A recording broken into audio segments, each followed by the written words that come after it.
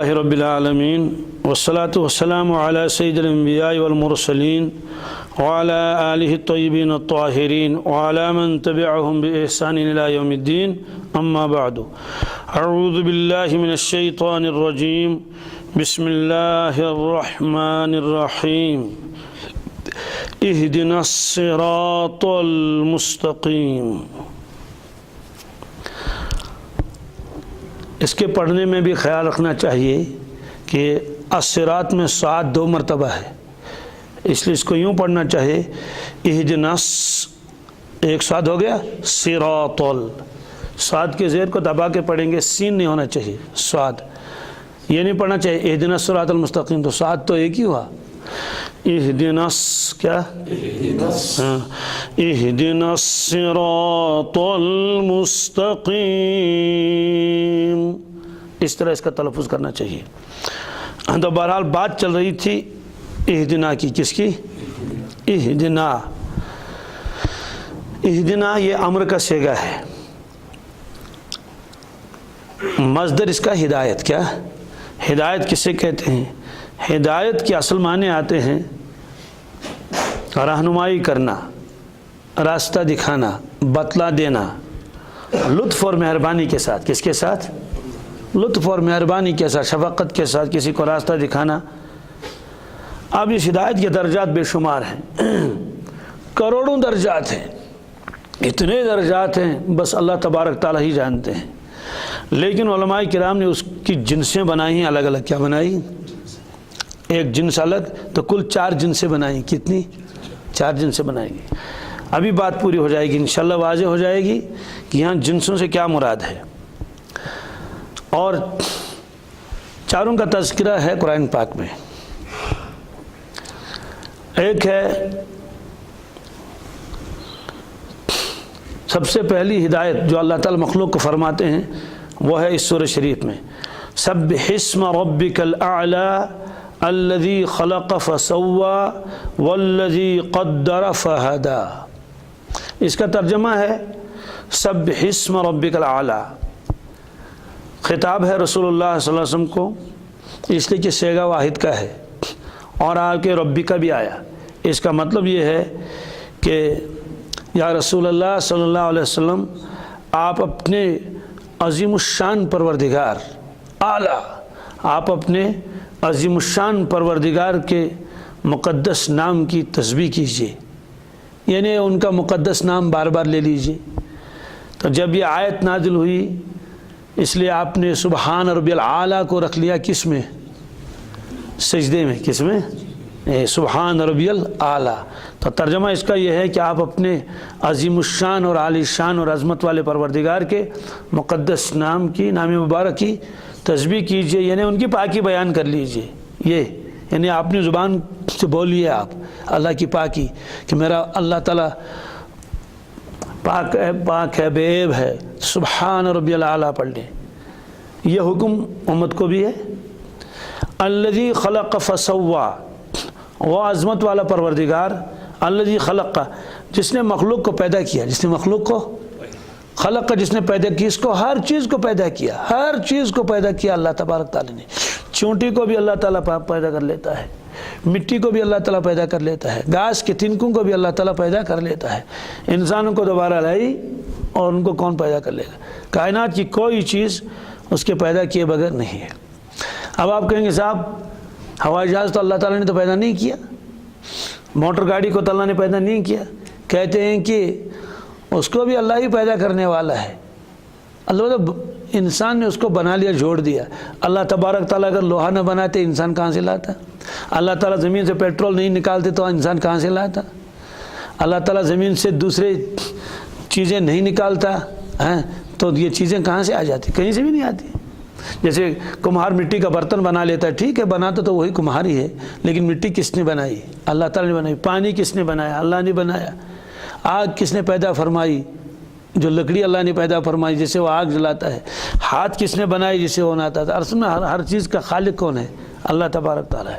الذی خلق، جس نے ہر چیز کو پیدا فرمایا، بنایا، فسوا، پھر اس کو ٹھیک کیا۔ کیا کیا؟ اس کو درست بنایا، یعنی عین حکمت کے موافق اس کو بنایا۔ اس کے اندر کیا صفات رکھنے ہیں، کیا خواص رکھنے ہیں، اور اس چیز سے کیا مقصود ہے، اس کا مزاج ایسا معتدل بنایا، اور اس کے اندر کیا کیا فوائد رکھتے ہیں ٹھیک بنایا اس میں کوئی وہ نہیں، کوئی گڑبڑ نہیں، برابر ٹھیک ہے۔ والذی قدر فہدی، جس پروردگار نے قدر کے معنی آتے ہیں تجویز کرنا، یا یہ ہے کہ پہلے سے تقدیر بنانا، فہدا پھر اس کو راستہ بتایا، پھر اس کو کس کو راستہ بتایا۔ یہ ہے تو ایک چھوٹی آیت لیکن اتنی وسیع آیت ہے، اللہ اکبر۔ اس کا مطلب ہے اللہ تعالیٰ فرماتے ہیں کہ میں نے مخلوق کو پیدا فرمایا، پھر میں نے ان کی رہنمائی کی، میں نے ان کی رہنمائی کس اعتبار سے کی کہ ان کے اندر عقل رکھی تاکہ وہ اپنے نفع اور نقصان کو پہچان لے کہ اس چیز کو ایسے حاصل کرنا ہے، اس چیز سے ایسے بچنا ہے، یہ ہر ایک کو ہے۔ جنگلی جانور آپ کو دیکھ کر بھاگتا نہیں بھاگتا ہے، کیوں؟ اس کو کیا معلوم ہے یہ کون ہے؟ اس کو پتہ چلتا ہے کہ یہ تو شکاری ہوگا، یہ مجھے مارے گا، اس لیے وہ بھاگ جائے گا۔ اب کیسے سردی گرمی سے اپنے آپ کو بچانا ہے؟ چونٹی کو کس نے بتایا کہ سرما آنے والا ہے؟ رے کم ون دپنس ہے وند یہ پتہ شین شین، لہذا سو تھاون سٹور کرت، کیا سٹاک تھاون سب جمع کرت۔ اب ان جانوروں کو کس نے بتایا کہ تمہیں زندگی اس طرح سے گزارنی ہے، تمہیں ایسے گھونسلے بنانے ہیں، تمہیں یوں رہنا ہے اور یوں کرنا ہے، اپنے انڈوں کو سینا ہے، یہ تمہارے بچے ان کو دودھ دینا ہے، یہ دودھ پلانا ہے ان کو، جو جانور دودھ پلاتے ہیں۔ یہ سارا کارخانہ کیسے چلتا ہے، عقلیں حیران ہو جاتی ہیں۔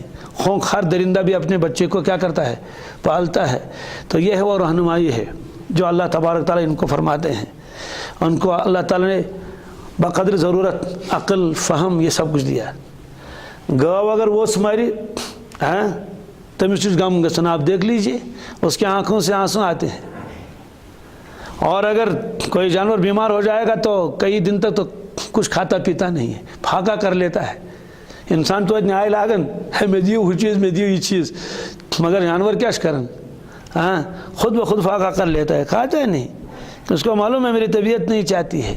تو بہرحال یہ وہ ہدایت ہے جو اللہ تعالیٰ نے جنس کو عطا فرمایا، یعنی ایک جنس تو یہ ہے، اس میں اللہ تعالیٰ ان کو عقل اور حواس ظاہرہ اور حواس باطنہ یہ اللہ تعالیٰ نے ان کو عطا فرمایا۔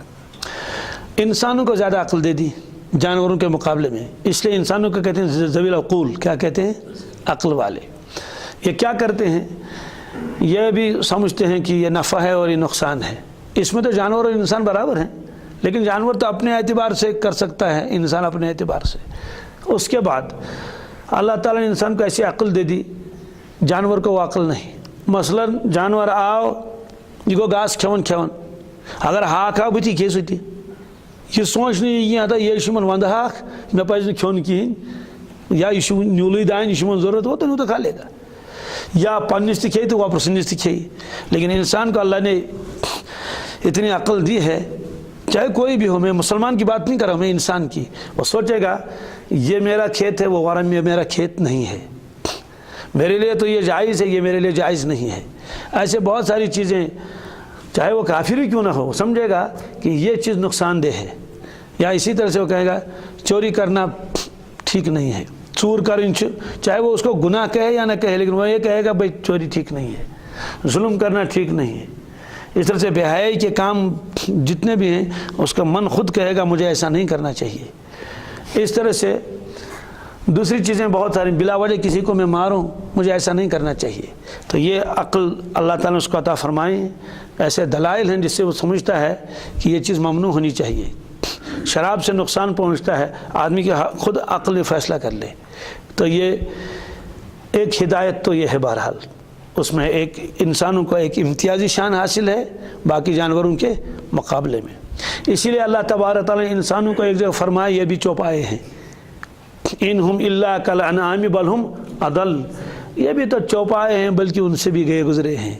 مطلب یہ ہے کہ چوپائیوں کو جیسے تمیز نہیں ہے کہ یہ اپنا ہے یہ پرایا ہے، ایسے جن انسانوں کو یہ تمیز نہیں ہے یہ بھی گویا کہ جانور ہیں۔ ایسے چوپائیوں کو جیسے یہ معلوم نہیں ہے کہ ماں کسے کہتے ہیں، بیٹی کسے کہتے ہیں، بہن کسے کہتے ہیں، ان کے یہاں تو وہ تصور بھی نہیں۔ اگر آدمی بھی ایسا ہی ہو جائے تو گویا کہ یہ بھی کیسے ہیں، جانوروں کے درجے میں ہے۔ ایسے جانوروں کو حلال و حرام کی تمیز نہیں ہے، جو سامنے آیا کھایا، جیسے آیا کھا لیا۔ اگر انسان بھی ایسا ہی کر لے گا تو گویا کہ اس کے اور انسان کے، جانور کے درمیان میں اب کوئی فرق نہیں رہا۔ ایک تو یہ ہے۔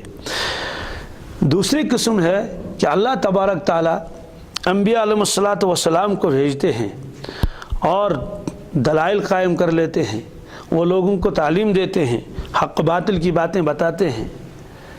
تو یہ ہے ہدایت کا دوسرا درجہ۔ ہدایت کا دوسرا درجہ، ہدایت کے معنی آتے ہیں رہنمائی کر لینا۔ ہمن جانوروں کے نقصان رہنمائی، یہ کام کر لو، یہ نفع کی چیز ہے، یہ نقصان کی چیز ہے، اور نفع نقصان کو سمجھو۔ اس لیے ساری دنیا اسی کے مطابق چل رہی ہے، نفع نقصان کس میں ہے۔ اور یہ جو عقل و فہم ہے، اس میں بھی درجات ہیں۔ اللہ اکبر! ایک آدمی ایک کام کر لیتا ہے، دوسرا آدمی وہی کام نہیں کر سکتا۔ آگشا کچھ جہاز چلاؤن بیاکھ نکن چلائت کہیں، آگشا کچھ آپریشن کرن بیاکھ نکن آپریشن کرت کہیں، آگشا کچھ گاڑی چلاؤن بیاکھ نکن گاڑی چلائت کہیں، آگشا کچھ کمپیوٹر چلاؤن بیاکھ نکن کمپیوٹر چلائت کہیں، حالانکہ نڑدن چیمس نڑدیمس تھی، آگشا کچھ تیوت مضمون سمجھن بیاکھ نکن سمجھت کہیں۔ بات سمجھا گئی؟ اساتذہ مدرسے میں پڑھاتے ہیں، ایک ہی درس ہوتا ہے، ایک ہی کلاس ہوتا ہے، ایک ہی کتاب ہے، لیکن سامنے جو لوگ بیٹھے ہوئے ہیں ان کا فہم کیا ہے؟ الگ الگ ہے۔ اسی لیے حضرت علامہ احمد مبارک سلجماسی نے ایک مرتبہ شیخ سے عرض کیا تھا کہ میں بہت پریشان ہوں، بڑی محنت کرتا ہوں طلباء کے اوپر، لیکن سارے طلباء یکساں نہیں ہوتے ہیں۔ یہ ایک مرتبہ دل میں بھی تھا، کیا کریں، یہ بچے پڑھتے نہیں ہیں، سمجھتے نہیں ہیں۔ تو شیخ ایک مرتبہ یوں ہی تقریر کر رہے تھے، اس میں شیخ نے بتا دیا، فرمایا کہ یہ کس کو کتنا فہم دینا ہے یہ اللہ نے اپنے ہاتھ میں رکھا ہے۔ اس میں صرف کانوں کا دخل نہیں، کانوں سے بوجھ ساروی ہسی کا تھا۔ اسے شیخ نے فرمایا کہ اللہ تبارک تعالیٰ جس کو جتنا فہم دینا چاہیں، قوت حافظہ، قوت فہم، اور جتنا علم دینا چاہے اتنا ہی آئے گا، اس سے زیادہ نہیں آ سکتا۔ چاہے تم کتنی ہی محنت کر لو، محنت کرنے میں تو حرج نہیں ہے، محنت تو کرنی چاہیے، لیکن آپ یہ چاہیں کہ یہ بچہ ایسا بن جائے اور اتنا فہم اس کو اندر آئے، آپ کے سمجھانے سے وہ فہم نہیں آ سکتا اس کے اندر، کیونکہ جب فہم ہی کم ہے آپ چاہے کتنی بھی کوشش کریں۔ تو علامہ فرماتے ہیں کہ اس تقریر سے میرا بوجھ ہلکا ہو گیا۔ میں نے کہا یار میں کیوں پھر غمگین رہتا ہوں کہ یہ بچہ سمجھتا نہیں ہے۔ پھر شیخ نے ایک اور تقریر کر لی، یہ صرف پڑھنے پڑھانے کے بارے میں نہیں، دنیا کے کاموں کے بارے میں بھی ہے۔ ایک آدمی کو آپ ایک کام میں لگاتے ہیں، اپنے بچے کو، لیکن اس میں اس کا جی نہیں چاہتا ہے، وہ چلتا ہی نہیں آگے، بڑی پریشانی ہوتی ہے۔ پھر شیخ نے اپنے بھائی کا واقعہ بھی لکھا تھا کہ میرا بھائی ایک کام کرتا تھا، شاید کپڑے بننے کا کام، لیکن اس میں اس کا جی نہیں لگتا تھا، بار بار وہاں سے بھاگ کے آتا تھا، طبیعت نہیں چاہتی تھی، حالانکہ عقل مند تھا، بہت زور لگایا نہیں۔ البتہ جب راستے میں چلتا تھا دیکھتا کہ رنگ ساز جو رنگ کرتے ہیں ان کو دیکھتا رہتا تھا۔ نے پوچھا کچھ رنگ ساز جو رنگ کرن، یہ اردو والے اس کو پتائی کہتے ہیں، کس کو؟ یہ کہتے ہیں چونا وغیرہ لگاتے ہیں، پتائی۔ میں نے اس کا ترجمہ رنگ ساز کیا، رنگ کرن فوراً دیکھتا رہتا تھا غور سے، بس پہرس روزے وچھن۔ اصل میں کیا تھی اس کی توجہ جو تھی کدھر کی چلتی تھی؟ رنگ سازی کی طرف۔ تو جب میں نے دیکھا کہ یہ تو وہاں چلتا ہی نہیں، میں نے کہا چلو ٹھیک ہے، جب آپ کو یہی کام کرنا کر لو۔ کہا جب وہاں گیا چند دنوں کے بعد استاد ہو گیا، چند دنوں کے بعد وہاں، حالانکہ وہ کام یہ کام تقریباً دونوں ایک جیسے تھے، استاد بن گیا۔ کہ وجہ کیا تھی؟ وہ ازل کی تقسیم، کس کی؟ جی ازل میں لکھا تھا اللہ تعالیٰ نے اس سے یہ کام لینا ہے، تو جس کام کے لیے پیدا کیا گیا ہے وہ کام اس کے لیے بہت آسان ہوتا ہے۔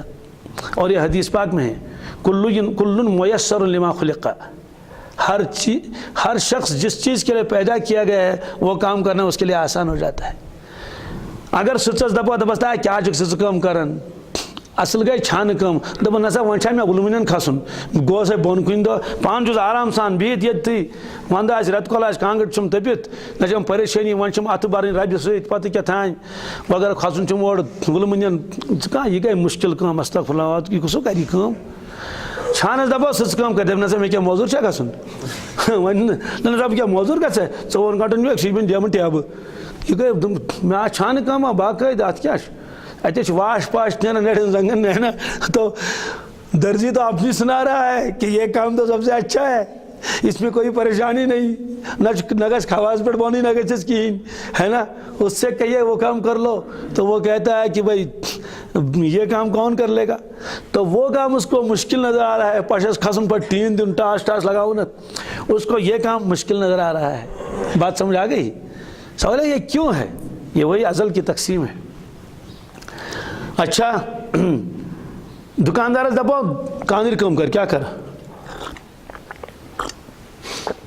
دب نسا ون میں دڑ زالن اتہ کتہ کاندر وانس پہ صبح صبح آسم گھن کن ون تندرس ستی اوج بسن کن، یہ کس کر یار کاندر کم، بہ کر بدل کم، قالین کم کر یا بھی کیا کام کر۔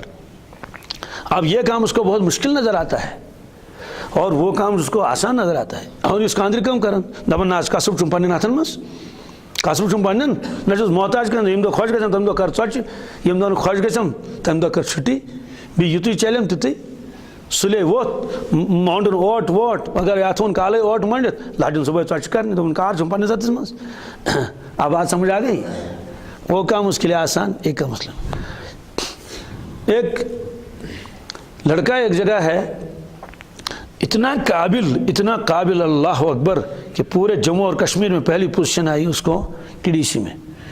یہ ڈاکٹر بننا تو اس کے بائیں ہاتھ کا کام ہے، بالکل بائیں ہاتھ کا کھیل، تو کوئی مسئلہ ہی نہیں، کتابوں کی کتابیں یاد ہیں، لیکن کیا ہے کہنے لگا ہے یہ ڈاکٹر کس بن ون میں ہسپتال مز ون اڑین نشتہ کرن چیک تو اڑین کرن کتھا ون پیشابس ٹیسٹ کرن، چھوڑ دو یہ بابن بوڑ بزنس مین، تو وہ لائن چھوڑ کے دوسری لائن اختیار کر لی۔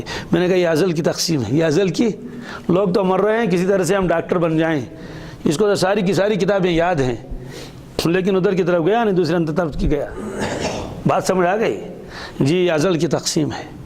ہاں تو اس طرح سے ازل کی تقسیم کے اعتبار سے زیادہ افسوس بھی نہیں کرنا چاہیے، میں ڈاکٹر کیوں نہیں بنا، میں فلاں کیوں نہیں بنا، ہے نا، فلاں کاروبار میں نے کیا تو اتنا لمبا کیوں نہیں بنا، کچھ نہیں ہوتا، بس جو اللہ چاہے اتنا ہی ہوگا۔ تو اس لیے یہ بات یہ ہے کہ آپ پڑھا رہے ہیں تو جن بچوں کو جلدی یاد ہو جاتا ہے سمجھ لینا چاہیے اللہ نے اس کو ایسا فہم عطا فرمایا۔ جس بچے کو زیادہ یاد نہیں ہوتا، ایک تو ہے کہ بچہ محنت نہ کرے، وہ الگ مسئلہ ہے، وہ تو بچوں کی نگرانی کرنی چاہیے کہ بیٹے تم محنت نہیں کرتے ہو، اللہ نے آپ کو ایسا فہم دیا ہے، قوت حافظہ، تم وقت ضائع کرتے ہو۔ لیکن ایک طالب علم محنت بہت کرتا ہے، یہ معلوم ہے کہ بالکل وقت ضائع نہیں کرتا ہے، بڑا محنتی ہے، لیکن پھر بھی یاد نہیں ہوتا ہے، تو نہ اس پر زیادہ ڈانٹ ڈپٹ کرنی چاہیے اور نہ اس پر زیادہ افسوس کرنا چاہیے۔ بس یہی سوچنا چاہیے کہ یہ ازل کی تقسیم ہے، اس میں کسی کا کوئی دخل نہیں، اور خود اس کا بھی دخل نہیں، خود اس کا بھی دخل نہیں ہے۔ کیوں؟ اپنے اعتبار سے بہت محنت کر لیتا ہے، تو فہم اللہ تعالیٰ عطا فرماتے ہیں، تو ایک اس لیے فہم کی کوئی وہ انتہا نہیں، ایک کا فہم ایک طرح سے، ایک کا فہم دوسرے طرح سے، تو ایک کام ایک آدمی جانتا ہے دوسرا نہیں جانتا، اس کا مطلب تو یہ ہے یہ بھی ہے، یہ بھی ہدایت ہے۔ اللہ تعالیٰ نے فلاں کام کی ہدایت کر لی، وہ کام اس کے لیے آسان ہو گیا اور وہ کام اس نے سیکھ لیا، دوسرے کو اس سے باز رکھا، وہ کام اس کے لیے کرنا کیا ہے؟ بہت مشکل ہے۔ اس لیے یہ ہے ایک۔ اور دوسری قسم ہے انبیاء علیہ الصلوۃ والسلام کو بھیجنا اور ان کتابیں بھیجنا، اور وہ انبیاء علیہ الصلوۃ والسلام تبلیغ کر لیتے ہیں، یہ بھی رہنمائی ہے۔ اس میں رہنمائی کس چیز کی ہوتی ہے؟ صراط مستقیم کی۔ کس کی؟ صراط مستقیم کی، اہدنا الصراط المستقیم۔ یہ تیسری جنس ہے۔ دوسری جنس میں تو وہ آتا ہے جس میں آدمی سمجھتا ہے یہ خیر ہے اور یہ شر ہے، یہ فساد ہے، یہ درستگی ہے، کیونکہ کافر بھی سمجھتا ہے فساد کروں چن ٹھیک کہیں، ایک کافر بھی ہوتا ہے نا، وہ بھی سمجھتا ہے بھائی تو دنگا کرتے ہیں یہ لوگ، یہ تو نہیں کرنا چاہیے۔ اس لیے آپ بہت سارے لیکن جو غیر مسلم ہیں تو ان کا مزاج میں یہ نرمی ہوتی ہے، وہ یہ کام نہیں کرتے۔ کاروبار کریں گے تو بھائی اپنا لفظ پورا کر لیں گے، کاروبار کسی کے ساتھ کریں گے کہتے ہیں بھائی ہم دھوکہ، ہمارے یہاں دھوکہ نہیں، ہمارے یہاں دھوکہ نہیں ہے۔ اس لیے بہت سارے ایسی چیزیں ہیں۔ مولانا طارق جمیل صاحب بیان فرماتے تھے، فرمایا کہ میں شاید نیوزی لینڈ گیا پر پورے ملک میں ایک آدمی بھی جھوٹ نہیں بولتا۔ کیا؟ پورے ملک میں ایک آدمی بھی جھوٹ نہیں بولتا، پورے ملک میں، آپ دیکھیے۔ اس لیے بہت سارے ایسے ممالک ہیں غیر مسلم ہیں، مسلمان نہیں ہے، لیکن وہاں دھوکہ نہیں، وہاں جھوٹ نہیں، وہاں ملاوٹ نہیں۔ تو ظاہر سی بات ہے ایسی رہنمائی، تو یہ خیر و شر وہ بھی سمجھتے ہیں۔ اس کا مطلب یہ نہیں کہ خیر و شر صرف مسلمان ہی سمجھے گا، خیر و شر کوئی بھی آدمی سمجھ سکتا ہے، یہ خیر و یہ شر ہے، یہ الگ مسئلہ، پھر خیر کون کرے شر کون کرے۔ تو اس طرح سے یہ اللہ تعالیٰ نے عقلی دلائل دی ہیں لوگوں کو، یہ بھی ایک رہنمائی ہے۔ تو معلوم یہ ہوا کہ جانوروں کی رہنمائی الگ ہے جس میں وہ نفع نقصان، اور اس کے بعد انسانوں کا معاملہ آتا ہے، ان کی رہنمائی اور ان کا عقل اور فہم، جس سے یہ سمجھتے ہیں کہ یہ خیر و یہ شر ہے، یہ ظلم ہے اور یہ انصاف ہے، یہ دھوکہ ہے یہ دھوکہ نہیں ہے، یہ وعدے کا پورا کرنا یہ وعدے کے وعدہ خلافی ہے۔ یہ بھی اللہ تعالیٰ نے عقل و فہم انسانوں کا عطا فرمایا ہے۔